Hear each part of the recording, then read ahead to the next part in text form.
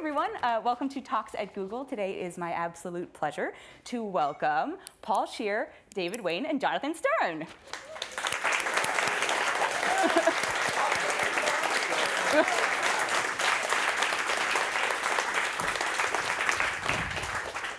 Hello. Hello. Thank you so much for joining us today. Thank you for all coming out from your desks to be here. And their bikes. They probably, a lot of them biked here, I think. I wish everyone was on an elliptical here. I think that would be really fun. We have treadmill desks. I want all the audiences to be that way. Wouldn't that be great? You go to a movie, but you also get a workout. Like, these movies are long, you know, like Guardians of the Galaxy 2, like, what is it, 2 hours, 20 minutes? Get on a treadmill, work it out. Not to mention, I think Hollywood is like riddled with sequelitis. I mean, how many Rockies are we going to have? Is he going to do it when he's an old man? Well, apparently. Oh. Apparently he did. I guess he did. Well, you know, but people, it was really well received. So you shouldn't feel bad about it. Forget it. I do think it redeemed I'd like itself. to drop it. Okay. It's not going to go on the internet at all. I have to say, I can't believe people take time when they could just have free time and come and share it with us. That's really awesome. Well, maybe they're not taking free time, but maybe because the company is like, hey, you don't have to do work if you come watch these idiots for a little bit. And they're like, oh, that's kind of like goofing off. So they're getting double free time. Or maybe some people have to go like it's court ordered, like we have. Like this is like what you get when you do a demerit. Like if you wore the wrong thing, your demerit is you have to watch them. You're like, oh, these guys? I want to see the, you know, the, I don't know, the difficult people panel. They could probably be signing a lot of people up to Gmail right now if they weren't here. It's probably 10,000 people that would have been signed up. That's what Google employees generally do, is sign people up for Gmail. Google employees are like the new Jehovah's Witnesses. They just come, knock on your door. Have you heard about Gmail? Can we sign you up? Take your credit card information. So you guys know all about us, but we don't need to be here. Right? We wrap this up. All right. I'm getting all my Gmail delivered now. It's nice. It's kind of like, it's kind of retro now. I just get it and I'm all packaged. I open it up. Are any of you working on the Google rocket ship?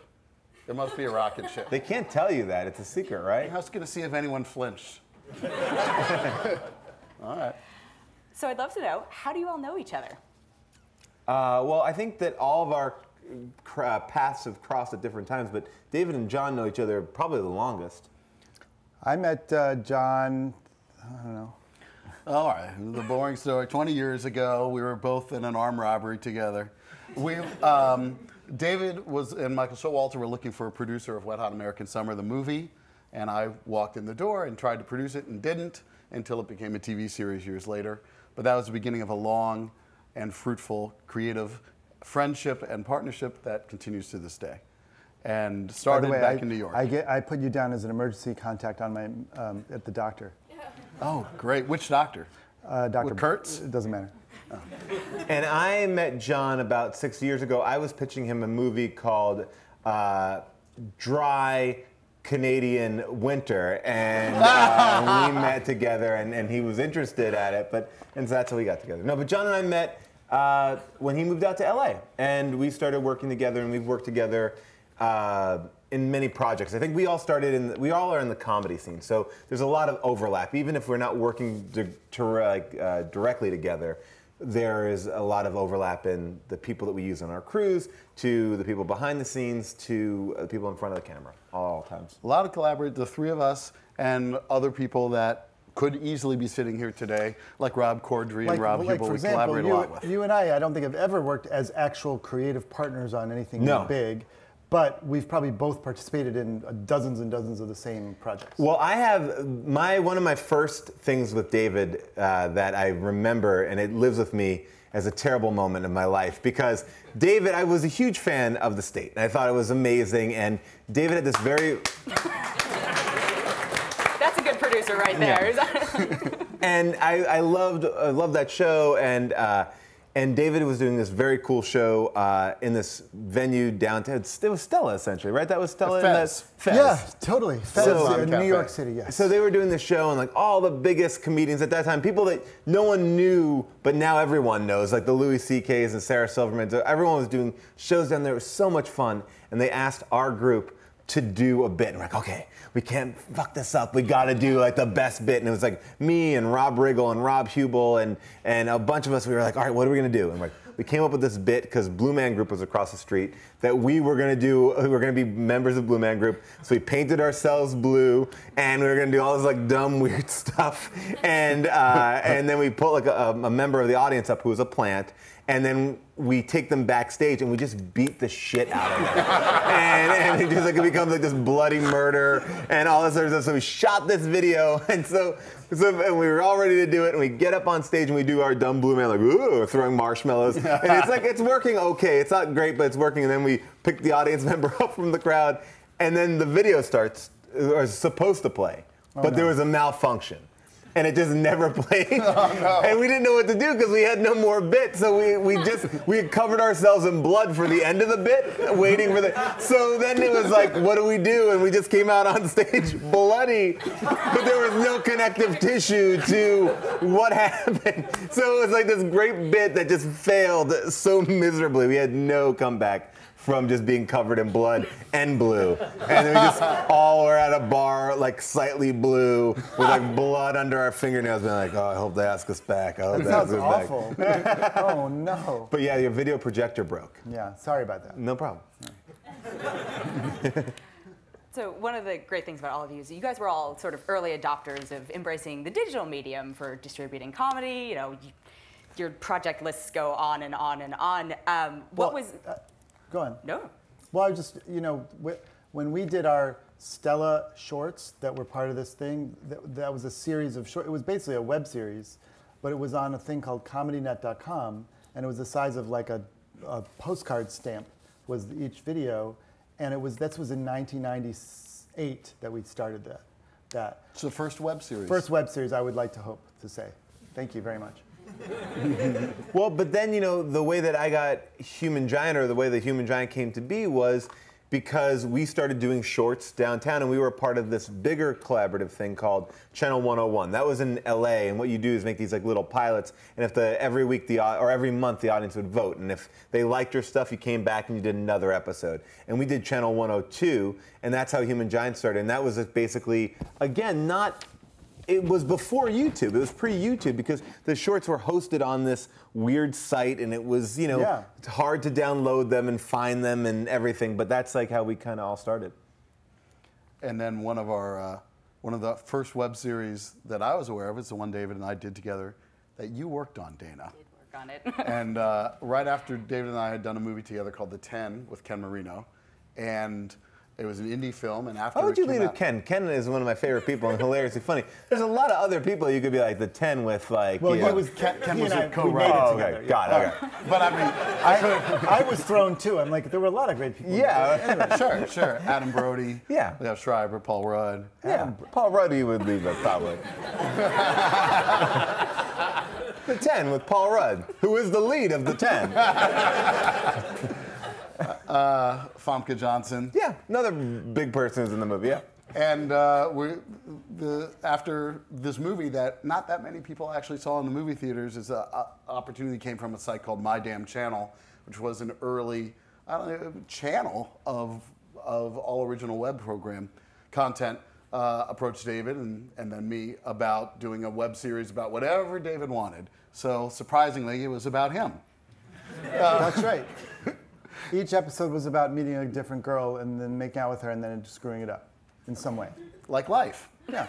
And we ended up ultimately doing 45 of these things over the years, kept on doing them. But right at the beginning, we were treating it like a TV series, a very low budget TV series, and short episodes, 5 minutes each. But for all intents and purposes, we were making a TV series that was going up on the web. And very quickly, we discovered that more people were watching a single episode of this web series that we spent a third of a day shooting than this movie that we spent a year making. Was that the movie with Ken Marino?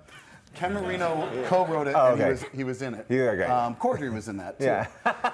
And if you want to see it now, you go to www.youtube.com.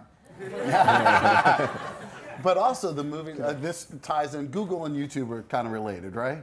So what ties into that is it still didn't really break free. Back in that time, there was curators on YouTube that would decide what the videos of the day were. and they put up 5 or 10 videos of their favorite. I don't even know how they found it or decided. There's only about 25 videos at that time. That's right. So People were submitting yeah. videos every week.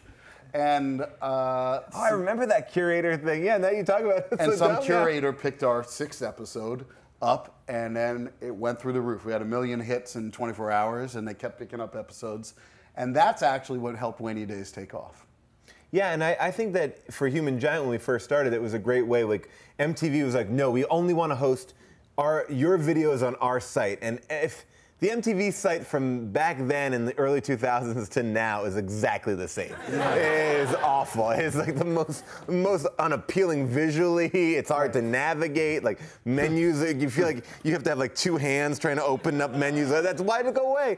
And we're like, no. We made a very firm thing. We're like, we don't want any of our videos hosted there, or if you do host your videos there, we want to be able to put them on YouTube. And they fought us so hard, and we got all of our videos on YouTube. They've now, in the last like 4 months, been taken off YouTube for copyright infringements, slowly but surely. But we had made a deal with like Viacom that we could host our videos on that site because it was really important for us to get people to see our videos that way. We knew that was our audience, and that was like a big thing in the beginning. So Dana, complete coincidence, before we put 2 and 2 together, she was a PA back in Brooklyn in the early seasons of Wainy Days. What episode did you work on? Any with Probably Kim remember. Marino? Do you remember the guest stars? Ken was not there. Kenny Silver was at one of the ones I was at. Sure. You also worked on the very next web series that I did. Sadly, David only was a cameo on that one, called Horrible People. Yes. Starring, created by 80 Miles and starring him and Joe Latruglio, which was also on my damn channel. And that was a 10-episode web series, 5 minutes each, but where it was one continuous story. We were treating it, we had a 1-hour script. It was basically a 1-hour comedy. And so then it was how to make a web series that was not a short format, but was long format. And Dana worked on it. And I think the thing I remember the most is that we shot it in a weekend? 3 days. Yeah, and we were just like stuck in one apartment. But it was cool seeing, I think, sort of what you touched on, where it's like, hey, okay, we have this amount of time. Let's collaborate with as many people as possible. Like Dave was there, even Joe Latruglio was there. Well, he was in it, but it was just interesting that like you guys were able to get so many people to appear just because we were shooting it in such a short amount of time. Basically, everything. This is what I've kind of learned now. Like in the beginning, you start off your career and you're like, let's we'll get our friends. We'll do it for cheap. We'll just do it down and dirty, and then the big money will come. Never, that big money never comes. You're still fucking. You go, whose favor can I call in? Who has a house? How can I shoot this thing? No, but then the next one will lead to something. Yeah, finally. I literally just did a show for Fox, the network Fox, and it was the same thing. It's like, all right, we'll shoot the whole 10 episodes in 2 weeks. Like, let's go. Because like no one has or gives up any money. Like, gone are the days where like Will and Grace or something like that. They where give it they're to some people, I think. Yeah, right. I'm going on 30 years in this business, and it's every time like, do this now for nothing. Next time, woo. Yeah. And your friends are like, how many favors, dude? Like, yeah, you start to be a bad friend. Like, please, just one more time. Did you ever think you'd say the phrase, I'm going on 30 years in this business? Now you are. No, and God bless us all. Yeah. But it does kind of work out in a cool way. Like, I just went to Sundance with a VR short, and that was the same kind of mentality. Like, my friend was like, hey, we have this guy, he's making these VR shorts, you want to come and do one? And I didn't think anything of it. We just went there, me and Rob Hubel, in an afternoon, shot this like dumb fart sketch, which is really pushing the boundaries of VR. And that's what I'm always about, really getting to the crux of it. Because the fart's everywhere. Oh, the fart it's in 360. You can experience it in any way that you want. It really uses technology to the best way. But it is... Well, think about a fart. Just slash off the F and what's left. Thank you. Yeah. It's totally Thank true. you. It's Continue totally though true. what you were saying. But I think that we all are ready to kind of jump up and do something, because not like the biggest paychecks I will say that I've ever gotten don't often lead to the most fulfilling experiences. And not to say that there are, it's like, but you should be having fun. And like, I think that some people sometimes are just motivated by, ooh, like what about that? But it's like, if you're just having fun, success and those things come from that, And I think also, it's like life's too short. Or you can be like these people and be rich, probably. Yeah, super rich. You'd be super rich. Come up with a great idea. And have fun. Yeah. I don't know. What was your biggest paycheck? I mean, not the amount, but on what job? It was for $175, and yeah, no. Fresh off the boat is probably okay. No, fresh out the boat's normal. I made my first $4 million probably on Best Week Ever talking about The Bachelor. I'm pretty sure that's probably it. No, but it's like, I think it like part of the thing is like I come from the background of the UCB Theater, which is the Upright Citizens Brigade, and I've done shows there for years, for literally since they opened up the doors and I was still in college till this, like I'm missing my show tonight because I'm here. Ken Marino has performed at the UCB Theater. But those shows, we've never gotten paid for those shows, but those are like the relationships and the people that I work with all the time, and it's like, it's just fun to get up and do stuff. And it's like, yeah, there are things that are for paychecks, but there are just things for the love of doing what you're doing. And I think that's always an important distinction. And it's something I think we all kind of share, like just like to roll up your sleeves and just kind of try something out. And if it works, great. I bet you guys do that kind of thing, I'm sure, in a different way, right? Yeah. There's got to, Yes. Yes. She does things that are for the joy or the fulfillment of it. 20% project. That's what I heard about. Yeah. So 20%, like, so only devote 20% of your energy on it because it won't pay off in a big way? It's like 80% of the time, make us money. 20% dick around with your animated Heathcliff or Garfield cartoon. That's exactly what the project is. Virtual Garfield. You feed it a line, he'll respond sarcastically. Coming soon. I want dibs on that idea. But it seems like also a really fun way to say sort of creatively challenged because, you're not being constrained by, okay, you have to have a 23-minute episode every week for air. You can do whatever you want. I just did a 6-second Vine series. It was the first ever animated Vine series called White Ninja. And it's like, I think we made 60 of them. They're all 6 seconds long, and they're like, that's it. I made a fucking animated Vine series. Like, it's crazy. It's 6 seconds. Like, sometimes I just grunt and it's over. That's what she said? One of the other things it's been, I'm sorry. I'm just gonna put in my notice now. One of the great things about sort of the culture of the internet and being fans of comedy and stuff like that is that you get to sort of bring projects back. And I'd love to talk very quickly about Wet Hot American Summer, first day of camp. Because the first film was successful in its. It has a huge cult following. In so much as that it was not successful. Well, but it's successful in that it made lots of people happy and it was happy successful enough if to you ask add for on that thing, that unsuccessful. Sorry. No, Yes. Sorry. but it's you got a chance to sort of revisit something with hopefully a bit more of a budget this time that people really loved. Wait, so I thought you shot the series before the movie. Well, it took place before the movie, but the secret is, and I'm saying this for the first time in public, we shot it after the movie. What? 15 years Breaking later. Now that's kind of crazy because everyone looked almost identical. Almost identical. Amazingly. Wow. That was. I thought you had unearthed it, like no one bought that. We pulled it off, Paul, and I'm glad you didn't notice. Great.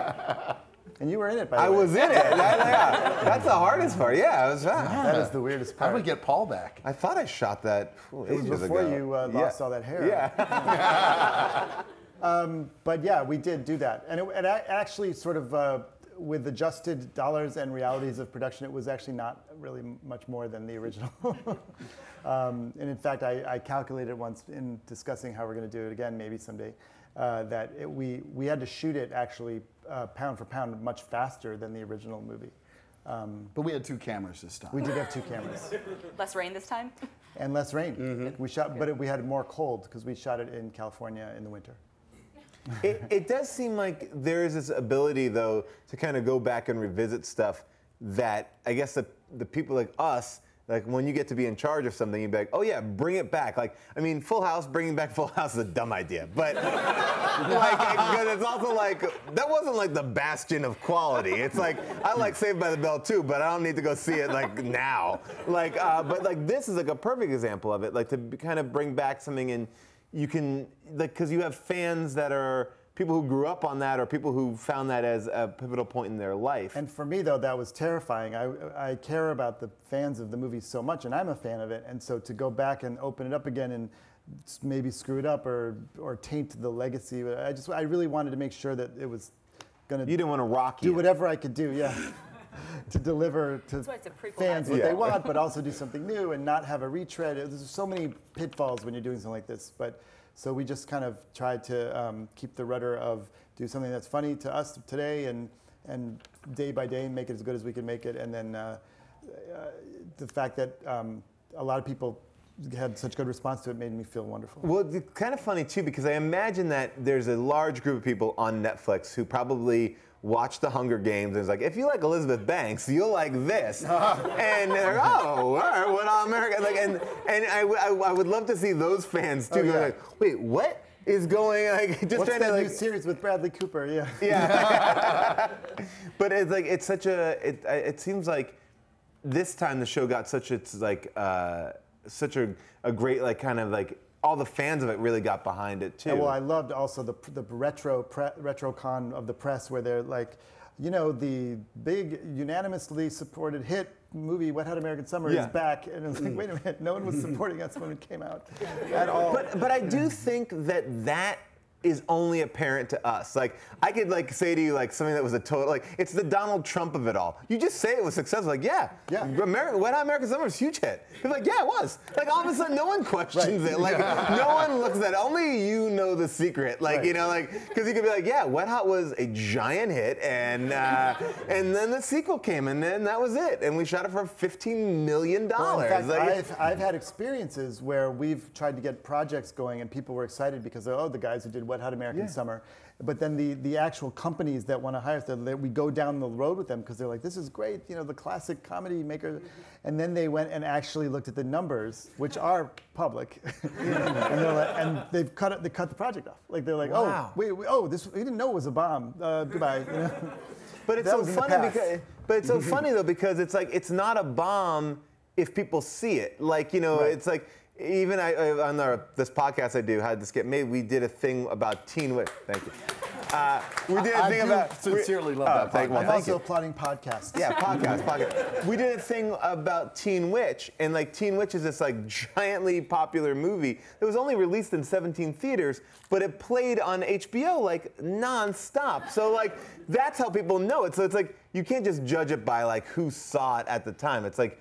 Certain things I like, I don't know, like MacGruber is, I think, one of the funniest movies ever, but it made no money at the box office. It's not indicative of quality. It's just like classic. Yeah. Well, now you've identified the dichotomy in all platforms now, which is there's not a one-to-one comparison between how many people see something and how much money it makes, and that used to be more direct. You might have that if everyone saw everything just by buying it and downloading it off of iTunes, but that's not the case. So, and one of the great examples in our world right now is the state of Comedy Central, which has all these shows that are huge in the zeitgeist and hugely talked about and loved and kind of steering comedy in many ways, and nobody watches them. Yeah. They have no ratings. Well, they don't watch them on Comedy Central. 80% of the people watch. Portlandia, for example, I did a series with IFC and I found out that I think 80% of the people who watch Portlandia watch it on Netflix. So everyone knows Portlandia. Everyone loves it. Netflix is getting lots of people out of it. And 80% of people who watch Key and Peele watch it on YouTube. Yeah. Well, they also watch it in clips and But segments. that's one of the things that, like, YouTube.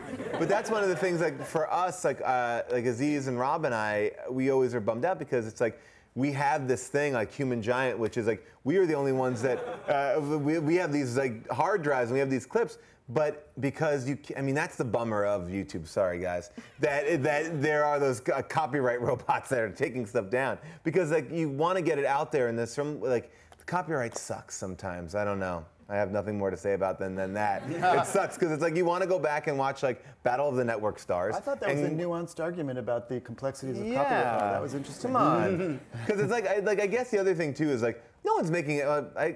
who are you taking the money out of? Like, if someone can't watch a clip from a 1972 Johnny Carson appearance, like, who's not making a shitload of money from that? Like I guarantee the you, Carson estate was going to sell a DVD to that guy. like now they lost it. Like, you know, it's like, so it's like, I'm a big believer in like just getting your stuff out there in the best way that you can, like in the most accessible way. And I think that that's what's been great about YouTube for the most part. And when you sneak it in, like, I mean, and you can watch stuff like, I was able to watch the Star Wars Christmas special on YouTube, which is great.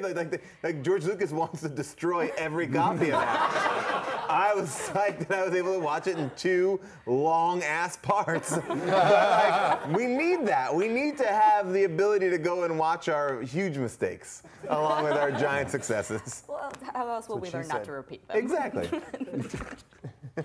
We'll take audience questions in a moment if anyone wants to line up. So you all have some new projects coming out. Well, one is not so new. It's a continuing Children's Hospital. Yes, the 7th season of Children's Hospital is currently up on Adult Swim, Friday nights at 11 p.m. And Every Friday night is a new episode. with Cam Marino. Ken Marino's in it. Yeah. We also, Paul and I created a show called Filthy Preppy Teens that goes up on a new SVOD site that's about to launch called Full Screen. It goes up sometime this spring. Hopefully. We'll see. We finished it a while ago. Yeah. They were about launching every 5 minutes. They're like, next month we're launching. Great. 2 years later. We'll see. That's the startups here in Silicon Valley. There are definitely some projects we can't announce, including one kind of high-profile reboot that we'll announce in a few weeks. Oh, you're not part of that one. Sorry. I'm going to be in the 2nd season of Another Period, which comes out next year. Oh, yeah. Which is a Next Comedy year? Central show, or sometime this year. Yeah, I imagine this year. Yeah, I don't this know. year just started. I have a new show that I created with The Lonely Island on Fox that starts airing next Saturday night. It's going to be from 11 to 11:30. So it's a new sketch comedy show with Nicole Byer, Jessica McKenna, and Allison Rich. So it should be fun, I hope. Fine, I I'll hope you tape like the news and then I'll watch that. Thanks. Anybody want? Hi. Well, Hi. first of all, what's your new show called? Oh, it's called Party Over Here. Yeah. Thanks. Thanks for coming, guys. Thank you for reminding me that giant part of advertising my own show. I Yeah, I also know should tell you We're the in a title. major. I should tell you the title of the thing. How else am I going to search for her YouTube? Yeah. So what I was hoping you guys could give us some advice on is, like me and a bunch of my friends try and write comedy, and I know there's a big group of Googlers that do it as well. His And name's Neil, you said? I'm sorry? His name's Neil? You said your She friend didn't was say trying name. Oh, no, Anyway. just me and my friends. Oh, generally. okay. Could we call Neil? Yeah. There's a big group of Googlers as well that do these types of projects, and for people who don't have your type of clout, how would you recommend getting viewers, getting people who want to go on YouTube and check out your stuff or listen to podcasts of people they don't know? What's your sort of ground zero for starting with internet-based comedy? You know, I have a quick answer for that ultimately, which is just you have to just do what you like and what you think is funny, and hopefully people will find that. Like when we were doing Human Giant in the very beginning, like we had no clout. Aziz had no clout, I had no clout, but we made these videos, we were putting them up, and then that got word of mouth, and then some executives saw it, and that helped us get the show. And there's a podcast, this is a good example with the podcast.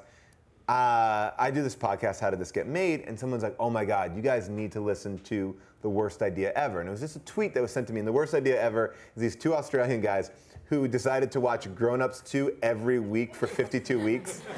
And it's kind of their descent into madness. They just finished doing Sex and the City 2 for a year, and they go insane because they have to talk about the same movie week after week, and it's hilarious. But someone tweeted at me, the concept of it was funny enough that I listened to it, and then I talked about it on an interview that I did in The Onion, and then they got these tons of listeners from that because I think people were still engaged on that same level, and they've kind of used that. So I feel like if you make something that's good and you feel like you're passionate about it and you're not just waiting, just don't make one thing. Make a bunch of things. Keep on making things.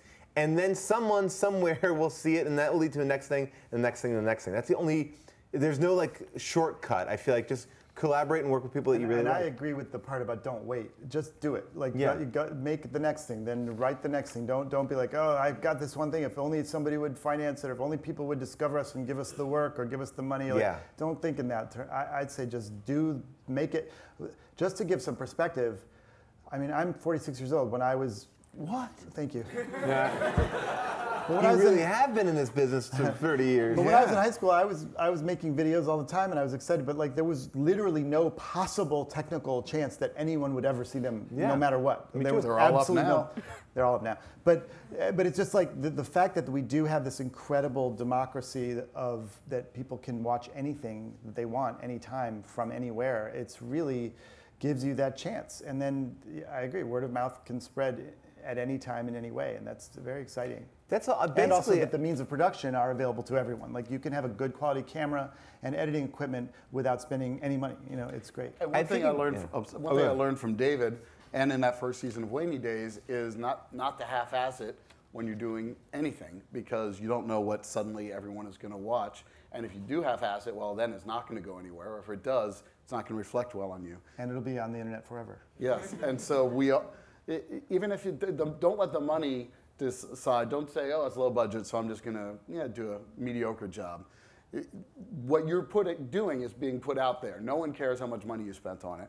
But also, if there's one secret, apparently, just email Paul and get him to tweet about it. But I have to say, I can't tell you how many people have contacted me, anonymously and said, hey, I'd love you to watch this video I made. I mean, it's not great because I like rushed through it, and I didn't bother editing it down, or like the sound sucks, and I didn't, really write it very carefully because I didn't have time. I mean, it's like, no, I'm not going to watch it. Yeah. Well, I think it's like, the other thing too is like, you can track anyone's success to one thing where someone, discovered them or something. So it's always like that. So, but when you do have that moment, I think what John's saying is, then if they look back on your other stuff, it should be on the same level. Then you have reason for people to continue and not just be the Gangnam Style of comedy. That one hit and it's Although, over. have you seen that? It's so funny. Well, the Gangnam Style. Yeah, because he's a funny guy. It's a video. I remember you showed it to me literally 50 times in the Children's Hospital writer's room. Have you seen this though? It's like, it's on YouTube. I'll show it to you. Thank you. It's www.youtube. You can say goodbye when you're done. She said thank you. She said thank you. Here comes someone who's either returning from the bathroom or has a question. No, she was getting up. Maybe the question is, where's the bathroom? It's weird that they put the bathroom right behind us on stage. Hi guys, Hi. thanks for being here. I'm a huge fan of Hello. all of your many things. There's a lot of them. You got a lot of credits, and we don't have a lot of time. I want to know what your. We have time if you want to list them. No. Okay. All the things with hot and then wet hot, hot wives, NTSF, etc. : Burning Love. Burning Love. Yeah. Okay. Also on Sure. Hulu. Crossover. Let her ask Yahoo. her question. That was Yahoo. I want to know what your favorite thing is that you've done. I'm so sorry. All right.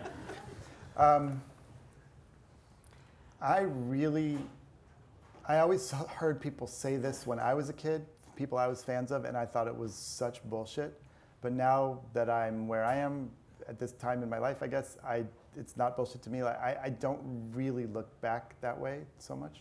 So I'm very excited about what I'm doing right now.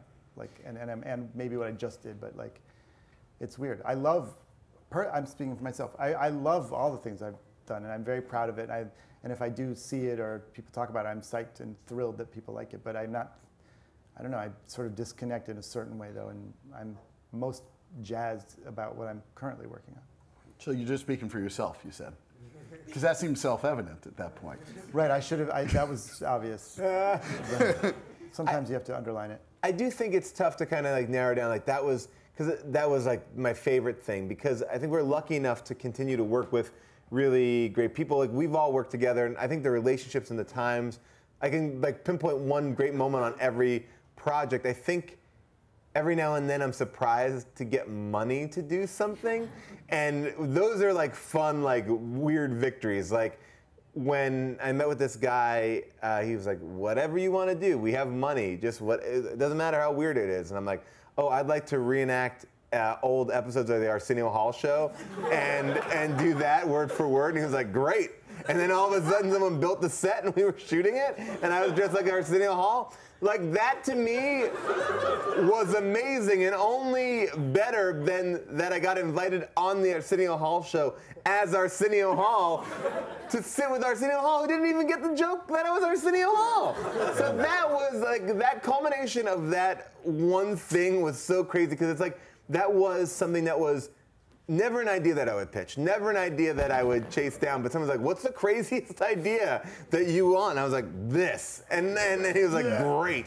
And then that led to, you know, it's something that you can, and then what I love about that too is it's something that you can't monetize or put out in any other way. Like, where is there a market for recreations of Arsenio Hall talk show? Nowhere. Like, you know, so it was great. It's like, it's on YouTube. It's awesome. Like, and I did it again for Carson Daly for like TRL. Like, it just exists in this thing, and I think that that's really fun too, to be able to try things for different media, like not to be like, not everything has to be a TV show, not everything has to be a movie or anything. So that was really fun, and again, to meet Arsenio Hall and for him to tell me backstage, like, hey man, you know, I think he just thought I was a kid who did this in my basement. Like, he was like, keep it up, and you come out here to Hollywood, and the opportunities will be open for you. I was like, all right.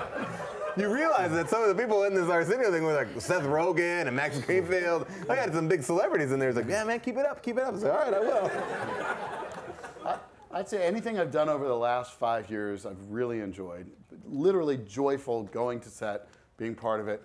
Prior to that was ups and downs, a lot of really stressful situations, a lot of times that I was saying, I'm never going to do this again. I say that every time. Yeah. But similar to your story about Arsenio Paul, there's a 4 a.m. slot on Adult Swim that the head of Adult Swim calls DVR Theater. And we and my company do a bunch of these, sometimes fake infomercials or just short films or weird shit that goes up a quarter hours. There's no advertising.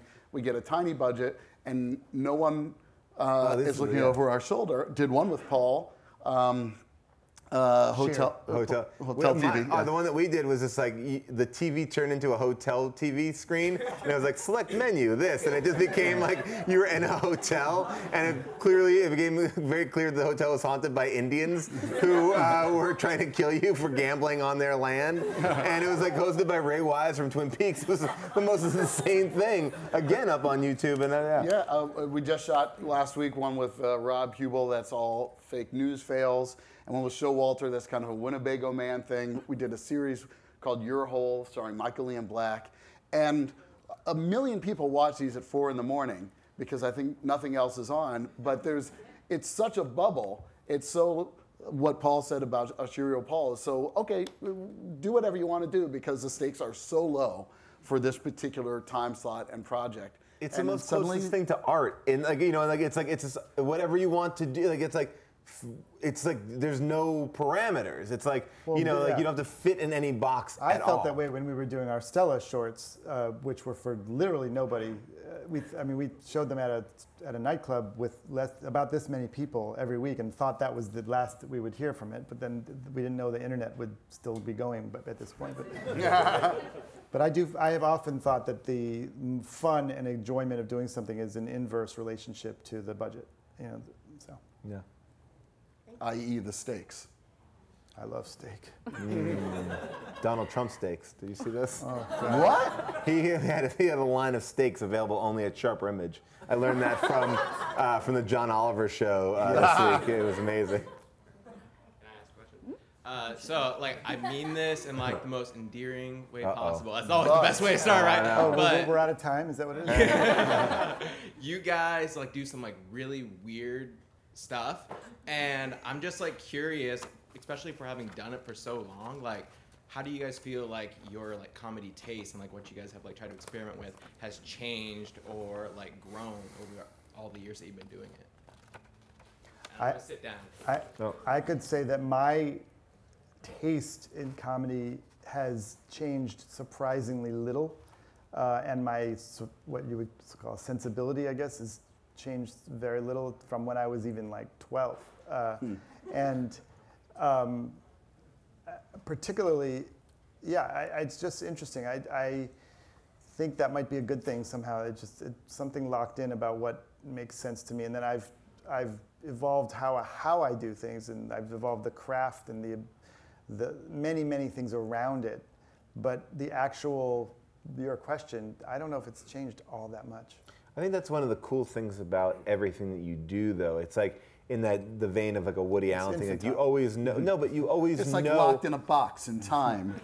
I think that like there are a handful of directors that like you know, and writers and performers but when like you have such a distinctive stamp on stuff. I love what you do, but it's so unlike anybody else's stuff, and even on something that is like bigger mainstream stuff like you did, like Role Models, it still feels like a David Wain movie, and I think that that's a very hard thing to do. Like you may like, especially with this new voice of like all these big budget movies, it's hard to be like, oh, that's a blank movie or that's a blank movie. It's very much like, particularly because the comedies today so often are written by huge numbers of people that all toss in at different points, and without some strong voice taking it from beginning to end, that's the trap, I think, that can happen. This is a great point for you. And yes, one of the, I think your extreme strengths is this, the commitment you have to your voice and how people recognize it. Now you see people pick up, oh, I'm doing a David Wain thing. We can't help ourselves when we're in the writer's room starting to make David Wain jokes, and we're called out on it. But it's, that specificity of voice is something that you have the opportunity to do when you're doing your own project. And my own personal advice is rather than try and emulate some other style and say, hey, I'm doing a Seinfeld type show. This is your opportunity, and hopefully not your only opportunity in your life, but to do something that is so specifically your voice. And that's what gets it out there more than, great, you did a great job of sounding like the big boys. Although, on the other hand, so many great artists and musicians and anyone that I follow, you start often by kind of imitating your favorite people, and then over time your particular thing emerges. Yeah. I mean, for me it was always there, but yeah. Well, but you know, to answer your question too, like I feel like, Just kidding. For me, I definitely had things that I loved, and I still love those things when I first, started enjoying comedy. But then I think my taste, when I got to college, I went to NYU, I felt my taste kind of opened up a little bit. We all went to NYU, all three of us. But I feel like that opened my worldview a little bit. And I think the one thing that I'm always conscious of, there's two things. One, to always watch stuff of new stuff. Like I feel like that's the quickest way to kind of feel or get old or get stagnant, is not keeping up on what is currently out there. It's like, right now, Broad City is my favorite show. I think that's so amazing, and they're great. But it's like, I love that. But I'm not like a guy that, I feel like I've run into a handful of people who achieved a certain status, and they kind of wall themselves off into their own world. And I think that's a problem. And and then for me, I think I want to challenge myself to always be like, all right, I've done that. Now let me do this. Let me try this. And so I always am trying to self-regulate. Like, I've done something like that, let me do this now, and also not tread the same ground. I always go back and do something weird, like whatever, hotel TV or something like that, but I also, if it's a long term, I want to make sure I'm not repeating a pattern. And I think, to your credit, that's something that you do really well. Like, you keep your voice consistent, but your project's very varied. Well, it's just fueled by getting bored really easily. And I know that if I went back and do something that's not interesting to me because I've done it before, I will be miserable. I remember once a few years ago, it was between projects, and you said, I'm going to take a month off and just get input. See plays, read, do whatever, which had never occurred to me as a practical use of time before. And of course, it's a super smart thing to do. I do that at the end of every big project. It's like, it's the best time to be like, and now I'm gonna just veg out and just suck in everything that you can possibly do. Because you need that. You need to be inspired. Like, I saw Hamilton, and it was one of the best things I've seen like it just in movie, TV, anything. I was like, oh, this is like it wasn't just one of the best. It's the best thing that's happened in the arts in the last 10 years. And it's so like, and I feel like you need to see stuff like that because you may not make I may not be making a rap musical, but just seeing someone re-envision a form of Broadway is like, oh, that's inspiring, and that like it's invigorating. It's a very energizing thing to let other people's amazing ideas inspire you, And not even directly. And the truth is, the last thing I tend to watch is comedy of any kind. Like I Yeah, get it's lower on inspired my by list. and entertained by things that don't feel like I'm at work. You know. I agree. The comedy is probably lower on my list of things to watch besides Family Feud. Gotta watch that. Yeah. Steve Harvey's a genius. And Nathan for you. Oh, Nathan Oh, Feud's yeah. so great. But that's So beyond great. comedy. That's high class. Yeah. Well, thank you all so much for joining us today. We look forward to seeing all of your various projects Thank you, and Dana. Thanks. the This next has been evolution awesome. of your work. Dana. Yeah. Thank you. Thank you, Thanks, everybody. guys. Thank you. Thank you.